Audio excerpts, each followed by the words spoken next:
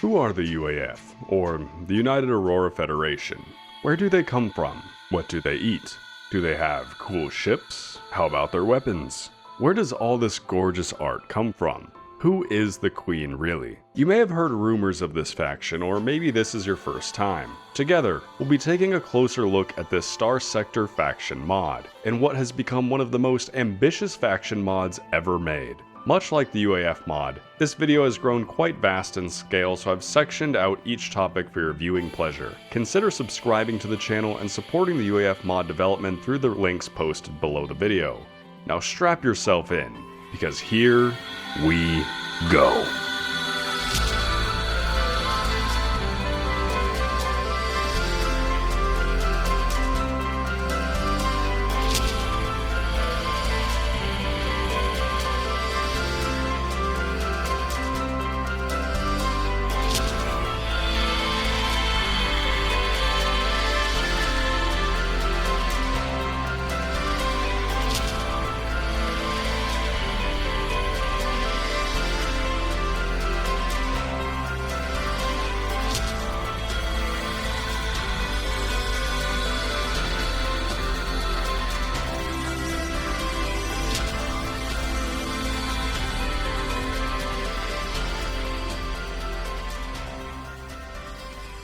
The UAF mod is being produced by Rixon1421, CY/Milky-Dramata, or simply Yukimaru, depending on where you look. We'll use Milky-Dramata as that is his most up-to-date name as an artist, and it's easier to remember. Other important individuals who have assisted with development include Vermi, Yimi, Nagi, and the extended core team, as well as Selkie and Timid plus company for support. While not listed on the main mod page, Narumi was the composer for the UAF soundtrack that we see in the game today. More on that later. There are probably more people involved with this awesome project than I've listed thus far, so thank you in advance to everyone for helping make this project a reality. The UAF modding development was first posted on June 20th, 2017 in the modding section of the Fractal Softworks forum. To establish our timeline, that's over 5 years ago, with the initial development of the mod dating all the way back to 2014. While the mod's development has gone through quite a bit of turbulence over the years, it would officially be released to the public on February 22nd, 2022. If you are an avid Starsector modder, you most likely prowl the mod index for new and updated mods to include in your next campaign. But no matter how enthusiastic about Starsector mods you may be, you won't find the UAF faction mod on the official mod index page. Why is this, you might ask? Much like how Starsector lead game designer Alex refuses to put the game on Steam until he deems it ready, Milky-Dramata refuses to put the UAF onto the mod index page. Will he put the mod onto the official index when it is done? Maybe, and maybe not. Originally, Milky thought he would never upload the mod at all until it was 100% done and in a 1.0 stage of release. A noble goal, but a very daunting one given the scope of the project. But with the mod's official release this year, you can now play the mod and provide feedback. But fair warning, the mod is playable, but it is far from done in the artist's eyes. Simply put, the United Aurora Federation mod is a work in progress, and this point needs to be stressed. In the words of the creator, everything is subject to change and continuously being updated. Nerfs and buffs come and go, but art style will never change. While the mod is playable in the campaign, it is by no means finished, and several mechanics are simply not complete. There is much more to be done before achieving the 1.0 goal. So while watching this video, keep in mind that the UAF is a very ambitious project and may look quite different by the time you see it. 7 years is a long time to be working on a mod, and with the main Starsector game now being in development for over 11 years, this mod has developed in parallel with Starsector for quite some time. And speaking of parallels, it's best we talk about the UAF lore. UAF lore? Sorry, I should be serious. The UAF don't have a long history within the Persian sector like other factions. Being pulled through an interdimensional gate, United Aurora Federation are outsiders, and are unfamiliar with the Persian sector and its turbulent history. While they figure out a way to close the gate and return home, they have established a solid foothold within the outer reaches of the Persian sector. In the meantime, the UAF have begun interactions with the locals, including cultural and trade exchanges, visitation of their paradise world, as well as selling baked goods from their homeworld. The UAF offer a glimpse into a world that isn't ravaged by war or conflict. While the rest of the Persian sector is struggling to maintain order, the UAF by contrast appear to be thriving, but appearances can be deceiving. The UAF is not ultimately lore friendly with the rest of the Persian sector, nor is it trying to be. It's a unique faction with plenty of its own lore to discover, and oh man does it go deep. Deep like you wouldn't believe! So now that we've established that UAF lore is entirely something else, let's talk about the faction and how it exists within the sector. The UAF are located far to the southwest of the Persian sector. As I said before, they are not an integrated faction, and that is by design. They comfortably live away from the main factions in the sector and inhabit 3 systems. The first of the 3 and the main UAF system is Aoi, where New Aurora and Lunamun are controlled by the UAF directly, Vermilion Station controlled independently, as well as a pirate world by the name of Entiaris. This is the capital system of the UAF and where their main military presence is located. New Aurora was the UAF's first colonized planet within the sector and is where Charlotte, the queen of the UAF, resides. This is where many of the UAF delicacies and bakery goods can be acquired. Lunamun, the nearby moon of Aurora, serves as the primary naval staging point of the military and is a great place to purchase UAF ships and weapons. Vermilion Station functions as a UAF government-approved trade-free zone, and where Nia can be found. Let them eat cake. The Aoi system is colorful and easily recognizable. If you wish to raise your relations with the UAF, you'll be spending plenty of time here. The second star system is the Cayley constellation, where Favonius, the Auroran resort world, can be found. Favonius is a beautiful and relaxing water planet. So desirable is this planet that tourist groups from major factions will send large cruise liner fleets to visit. What could possibly go wrong? Oh god, make it stop! The third system is the Zharna system, which is home to the Hemfayet military station, Nur processing plant, Himmel refinery plant, as well as Namlos, a pirate base out on the fringes of the system. The Zharna system is mostly industrial in nature, but does have 2 valuable contacts to develop depending on your chosen career path. Alright, I better address this before we go any further. Let's talk about the art. First, the portraits. The United Aurora Federation mod uses an anime-inspired art style for its portraits. That much you probably already noticed. You might not be an aristocratic anime enthusiast, which is really your loss, but Milky Dromada's art is objectively really fucking good. There are a few portraits which feature large caliber ballistic weaponry, but all of the character designs have a uniform and aesthetic in accordance with their UAF role. Let's see what the wife thinks. I like the color choice, and looking at the portraits gives me a sense of what they're thinking. The eyes tell you what that person is feeling. So babe, you like the art?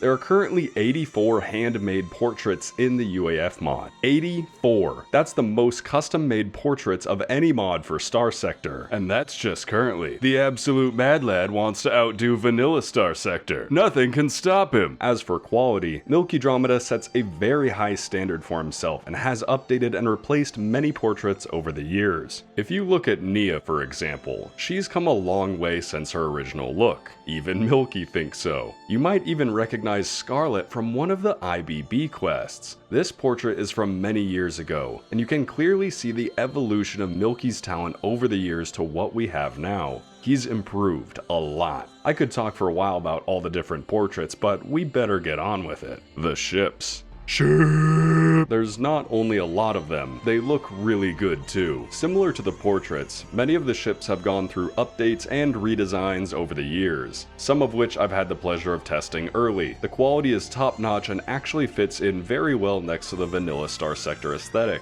And if you thought the ships looked cool, wait until you see the fighters. The detail is truly impressive and reminds me of the old Raiden games when I see them flying around. If you dig a little deeper, you'll find that Milky Dromada actually draws a lot of the artwork of the ships and characters, and most of it isn't even in the mod yet. These can be sketches or they can be full art pieces that I'd happily put on my wall. A few Zeporias chilling in orbit, Rilaru and Lilaru going through a nebula, the Hyper Aria flying through a canyon, or even a highlight of the Exoscar. the UAF torpedo bomber. I mean, just look at the detail! Hyacinth heavy bombers flying in formation with Arias towards... I can't tell what that one is, but that is a Paragon. The way that his art gets brought alive in the game is just... And what is the perfect complement to good art? Good music. Many Starsector mods don't even bother with creating a custom soundtrack for their faction, which is understandable since it wouldn't impact gameplay. This, however, is another area in which the UAF mod distinguishes itself. Not only does the UAF have their own custom soundtrack, but it's good. Composed by Narumi, who put together several versions of the soundtrack depending on whether you are hostile, neutral, or friendly with the UAF. Let's give it a quick listen.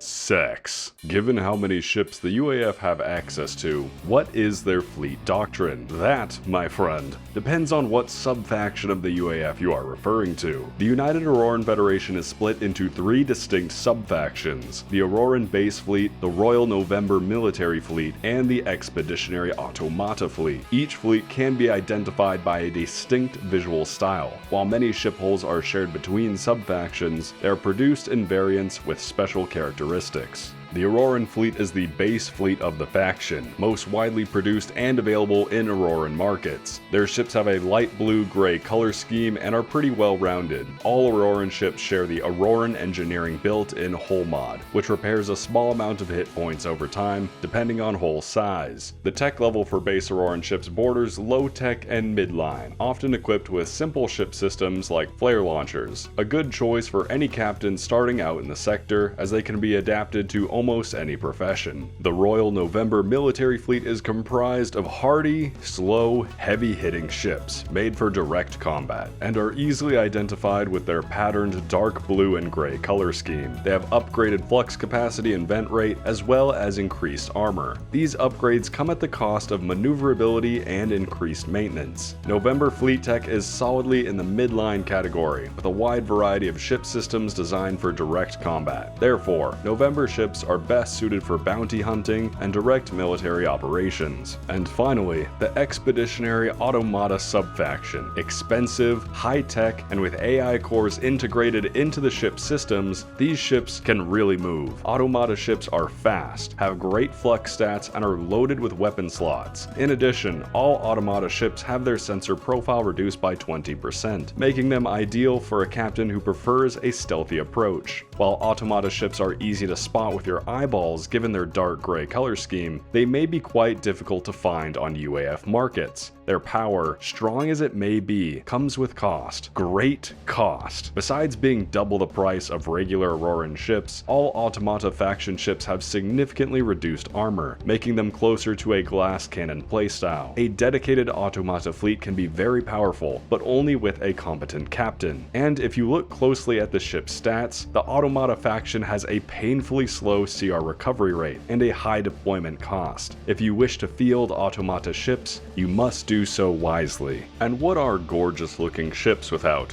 weapons? UAF weapons follow a very simple doctrine. We need more DACA! Beams bad, projectiles good. While not particularly flashy or complicated, UAF weapons are satisfying to use. Their ballistics include a variety of ship cannons, railguns, as well as point defense options. And the latter is something the UAF are very fond of. Their point defense doctrine is tough to beat, with both high volume direct fire, flak rounds, and even point defense missiles. The UAF are able to maintain space superiority. While only recently put into production, the limited UAF energy weapon lineup has a few standout features. For example, if you like living life on the edge, or you run with your arms flailing behind your back, you might enjoy the Edge series of energy cannons, which gain boosted damage and EMP ability while the ship maintains over 50% flux. Adhering to the DACA doctrine, all UAF energy weapons are still projectile based. I think this reinforces course, is the fact that the UAF are by nature not a high-tech faction, so while they do have access to some energy weapons, they're not especially exotic. Some of these energy weapons are a little strange, but I believe that development is still ongoing as to what their effects will be. I've had the pleasure of testing these prototype energy weapons weeks before their official release, and I'm confident they will be quite special given enough time. Where things get a little more interesting is in the UAF missiles. There's the usual assortment of missiles you might expect from a faction. Some fast, some slow, some long range, some that disable, some that flank the enemy. You know how it is. But what's interesting is that Doctrine still applies to missiles. All UAF missiles come with an autoloader, allowing missiles to reload in extended combat. These autoloaders come at a flux cost for firing missiles, however, so it's not overpowered like you might assume. Now, when it comes to overpowered weapons, there is one notable exception. Semi-breath.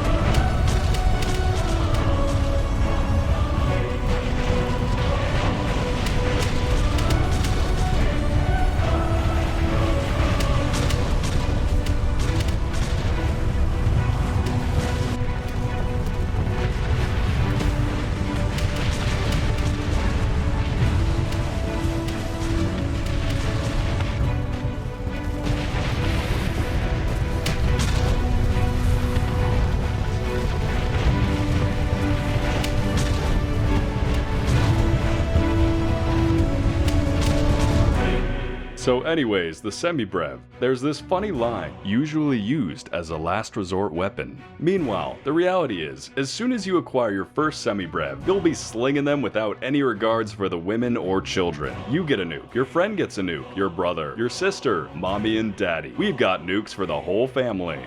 Have you looked at the sector forecast? It's cloudy with a chance of DEFCON 1, and we're not holding back. Especially this guy. Look at him go!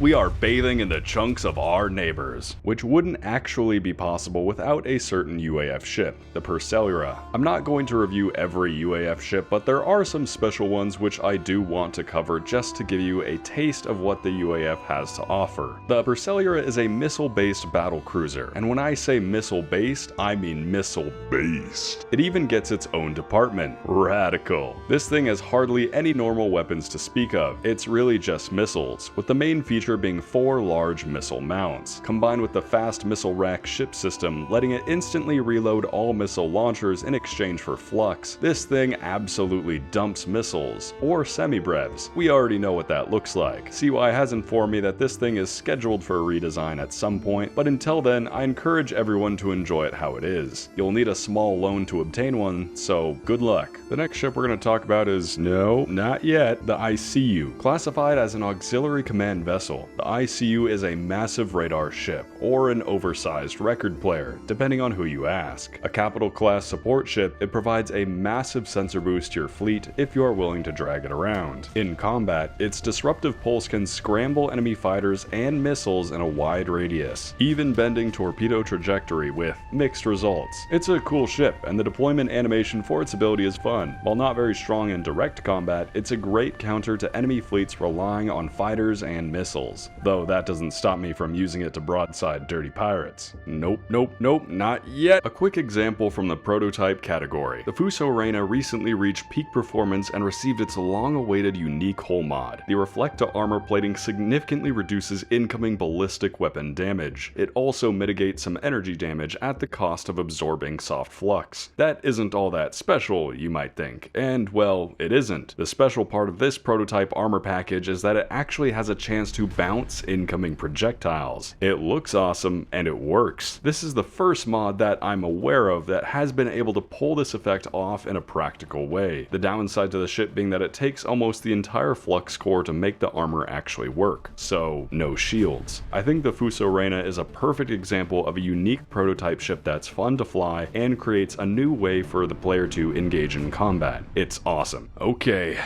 It's time. Oh, these? Yeah. My massive fucking... Yeah. You mean these super duper ultra hyper goddamn motherfucking... Supercapitals. Absolutely massive multi-sectional super ships. These are the ultimate forms of their respective tech tree lines. The Novaria is the command carrier dreadnought, the Solvernia is the battleship dreadnought, and the Cherry Vanguard is classified as the XXL hyper freighter, the holy trinity of UAF ships. Each of these ships is considered a prototype, as within UAF lore there's only one of each within the entire faction. So you won't see a Cherry Vanguard in a normal shipping fleet. In fact, there's a good bit of lore tied to each one of these ships. Let's start with the Cherry Vanguard. It's a massive freighter, but why did the UAF even design such a vessel? Without going too deep into the UAF lore, because good lord, the Cherry Vanguard was the main vessel to actually bring the UAF to the Persian sector through the interdimensional gate, along with the two other supercaps as escorts. The Cherry then traveled around for many cycles within the outer reaches of the Persian sector looking for a suitable homeworld. It would finally find a suitable planet to colonize after an arduous journey and settle the UAF on what is now New Aurora. Neat. As for the Cherry in the sector, you will never see it flying around, as under the command of the Queen, its main purpose of settling the Auroran people has been complete. It does, however, still exist. This thick girl has 35,000 cargo space and is an absolute beast of a hauler. It's rather lightly armed considering how wide those hips are, but she can fend off smaller vessels by herself without escorts. I was flying her around to see how she handled when I discovered something. What's this Melody burn drive?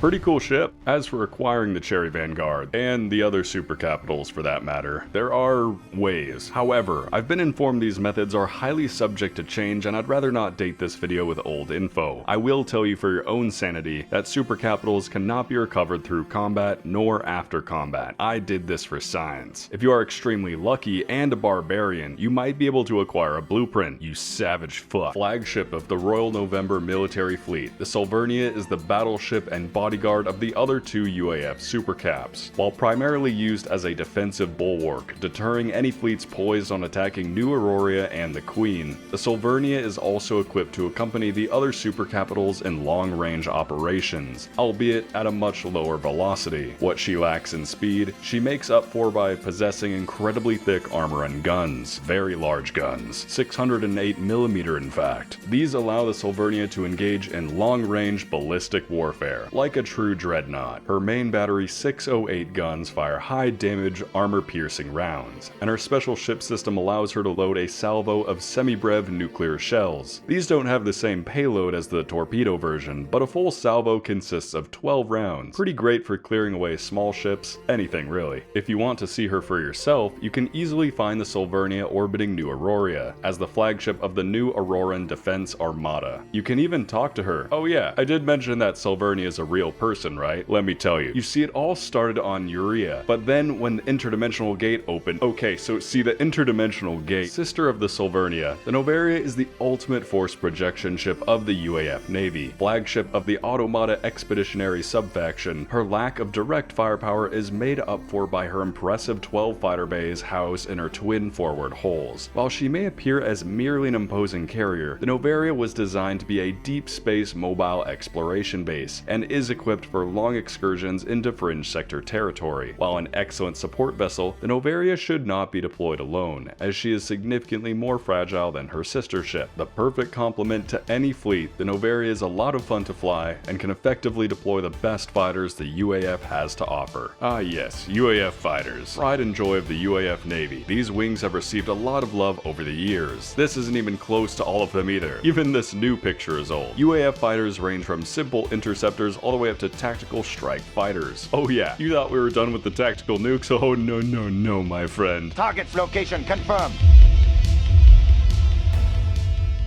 We're just getting started. The UAF mod really pushes the boundaries of what is acceptable in terms of Starsector fighter wings. I mean, some of these are actually the size of frigates. We've got huge flying wing heavy bombers, and then the Starsector equivalent of the AC-130 gunship. You know what? We've got two flavors of gunship, because one just wasn't enough. You want to know what I think about that? It's pretty cool actually.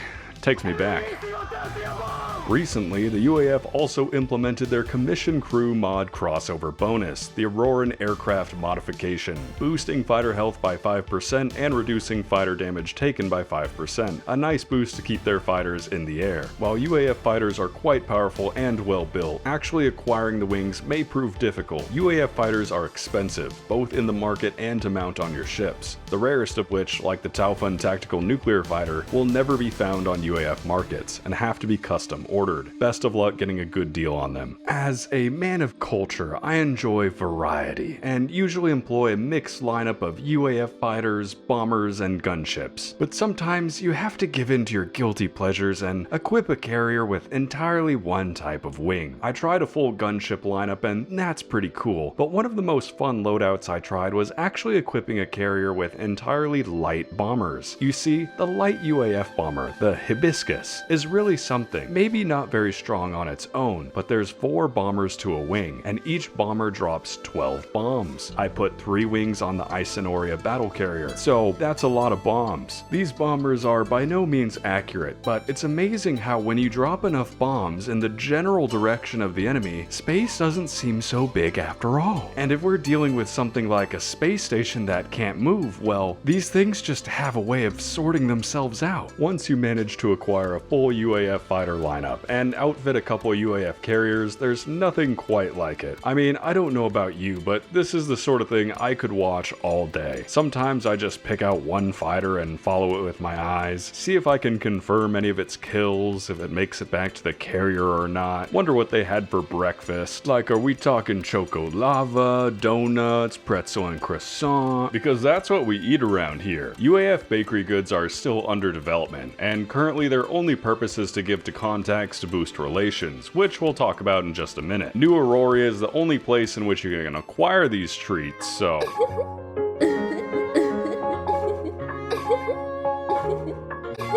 This is going to get me in trouble. Babe, what are you doing?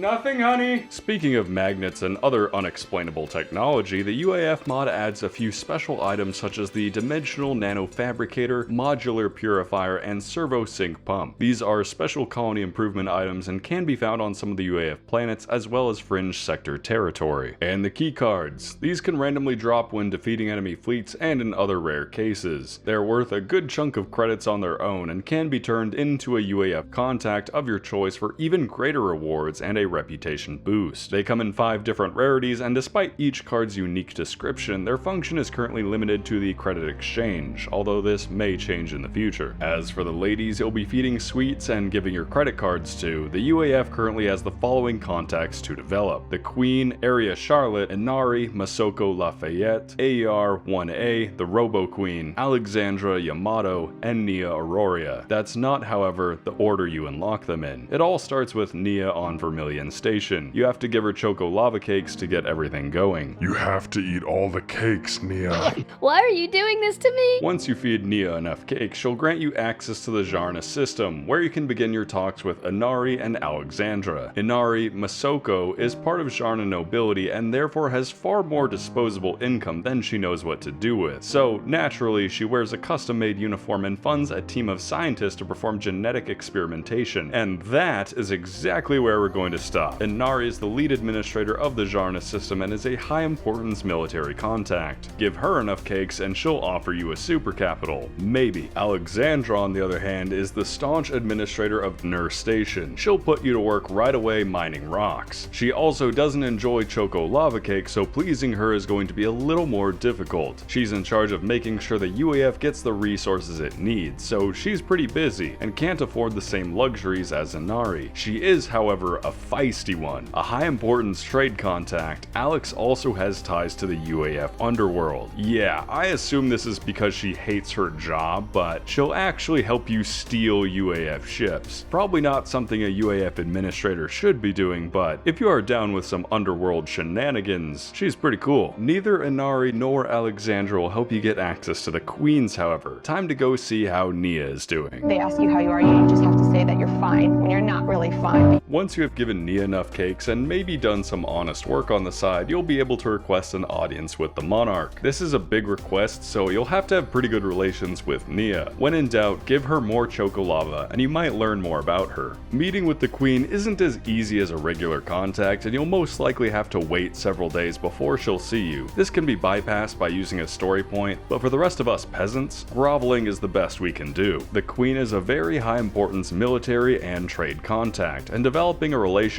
with the queen, if only it was this easy, and building relations with her can eventually grant you access to the special Royal November market. But like any relationship, it requires a bribe. The queen's favorite flavor is vanilla. You'd think the vanilla would be on New Aurora, but no, the vanilla is on Favonius. If you can survive waiting in line, you can get the Favonius ice cream for free. Now, I don't always put antifreeze in the ice cream, but when I do it for love. So here's what we do. We go back to New Aurora. We try to contact the queen. When they tell us to wait, we say that nukes are in the air and we need to move quickly. This will get her attention.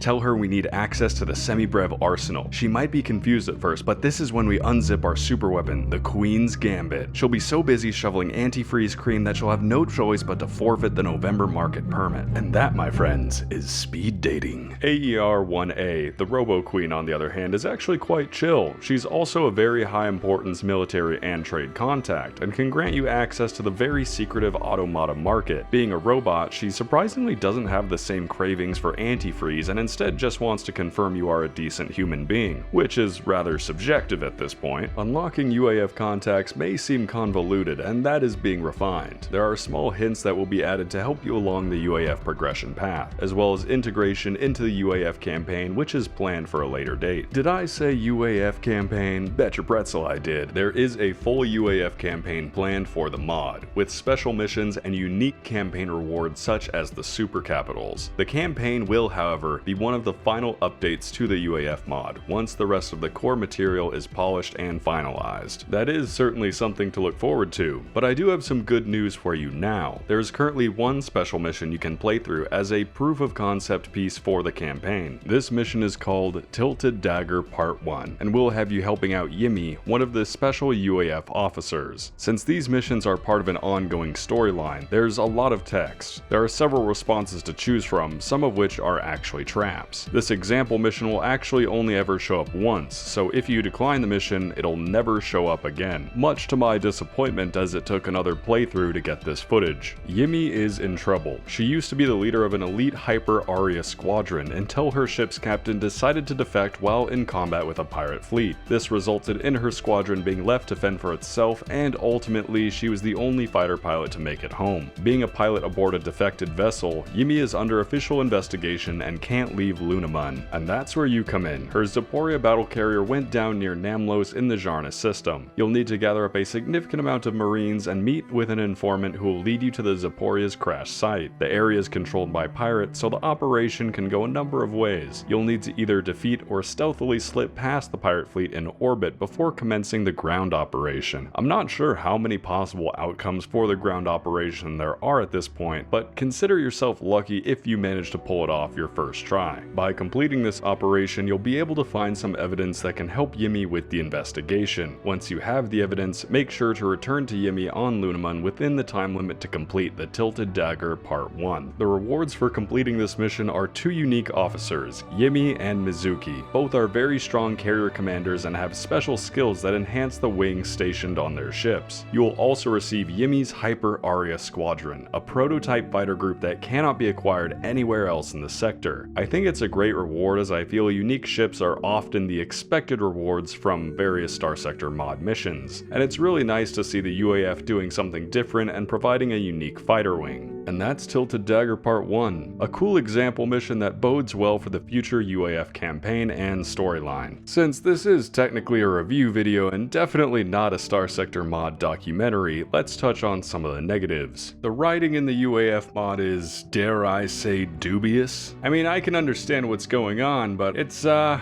little rough. Now, obviously the mod is a work in progress, and the fluidity of the writing is much lower priority than pretty much everything else, because everything else in the mod is pretty damn good. But fair warning that currently the writing, well, it made me feel uncomfortable a few times, and the last game that did that was Silent Hill 2. I've spoken with CY about this, and he freely admits that the writing is currently the weakest part of the mod and doesn't claim to be a particularly good writer on account of his English being somewhat limited. Totally understandable. I'm a native English speaker and I have no idea what I'm doing. I'm guessing most of the writing and text prompts will be updated and rewritten with the storyline and campaign updates. It's just text, so I'm really not too worried about it in the long run. One thing I do actually worry about is feature creep, or the constant addition of new material unrelated to the original development plan. New portraits are one thing, like the new UAF Light Marines. I like those. I like those a lot, actually. That's all fine. I'm talking about when Milky Dromeda just feels like making a new ship, for example. Not one that was ever part of the already massive tech tree, just a brand new ship. He just starts drawing, making an outline, and boom. I wake up the next day and there's a new UAF ship. Now, it looks amazing, it's beautiful, I love it. However, as a 2013 backer of Star Citizen, these sort of things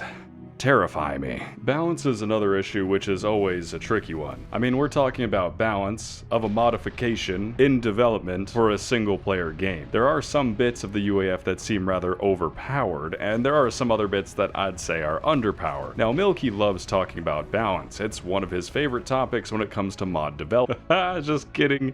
He hates it. He understandably doesn't want to think too much about balance while he's designing his mod, and I agree. I think balance can and should happen after the design process. In fact, every time I've brought up a balance suggestion, I, on the other side of the planet, have this feeling I'm frustrating the development team in some way. Feedback is important, so I just want to say to please be mindful when providing said feedback, as this dev team is working very hard already. And by working hard, let's take a look at what has been added to the UAF mod simply since I began making this video. Portrait updates, new portraits, new ships, ship redesigns, the gunships and new fighters, the entire UAF energy weapon lineup, you know, little things. Except there is one thing that's not so little. Remember when I said the UAF mod really pushes what's acceptable? Meet this monstrosity. The Mad Lad draws an outline just to taunt us. Just when you thought it couldn't get any crazier with the giant flying wing bomber the size of a frigate, this thing, the Rafflesia, hopefully I'm saying that right, is the size of a cruiser. And to fit this strategic super heavy orbital bomber, as he's calling it, he's remaking the Isonoria battle carrier. That's right. He is redesigning a capital ship to simply fit a massive bomber on its back. In fact, we're too late. He's already gone and done it. Now, this thing isn't ready for playtesting just yet, otherwise I would 100% include a clip of it, and hopefully we'll see it in the next major release. The point I'm trying to make is, the UAF mod is under active development, and the team is putting together some pretty cool stuff. There's still plenty of work to be done, of course, but I like the direction they are going, and I'm super happy they're willing to take risks and try new things that have never been done before. Considering just how massive this project is, I'm inspired by the amount of passion that the development team has, and their continued dedication for 7 years and counting. Despite what challenges they may face in the future, I hope that the mod continues surging forward, as it's certainly one of my favorite mods for Starsector. I've played the game for a long time and tried out a lot of different mods over the years, some of which I may cover in future videos, but it's the UAF mod that has made me fall in love with Starsector all over again. Not just for what the game is, an open galaxy space RPG war crime simulator, but for what it could be. Will it become the fabled VN Sector mod? The UAF mod could become a lot of things. From what I've experienced in the few months I've been playing the mod and producing this review, I already know that just about everything is subject to change. I know the Supercapitals are going to receive some significant changes as they are currently under development. Now, unfinished or not, they are a ton of fun to use. I think it's really cool to see an artist being the lead designer of a Starsector mod. Despite CY hardly knowing how to code, this project has continued to grow, which really is a testament to Vermi, who has done an amazing job bringing CY's art to life with her coding ability. And really, the whole UAF team has done a fantastic job. The United Aurora Federation is one hell of a faction mod, with an extremely passionate team behind it. I love it, it's amazing, I can't recommend it enough. Go download it in the modding section of the Fractal Softworks forum. Over 2 months in the making, over 100 gigabytes of UAF footage, and over 40 minutes long. It's kind of a big one. Links to all featured artist channels are posted in the description. Check out Milky Dromeda and Narumi, they're both amazing people. Now for you talented few people who are watching all the way to the end of the video, I've got something for you. I'm assuming you already know how to push buttons on the screen, so if I can hit both of these semis, do me a favor, subscribe to the channel, and have a great day. I'm IroncladLion, and thanks for watching.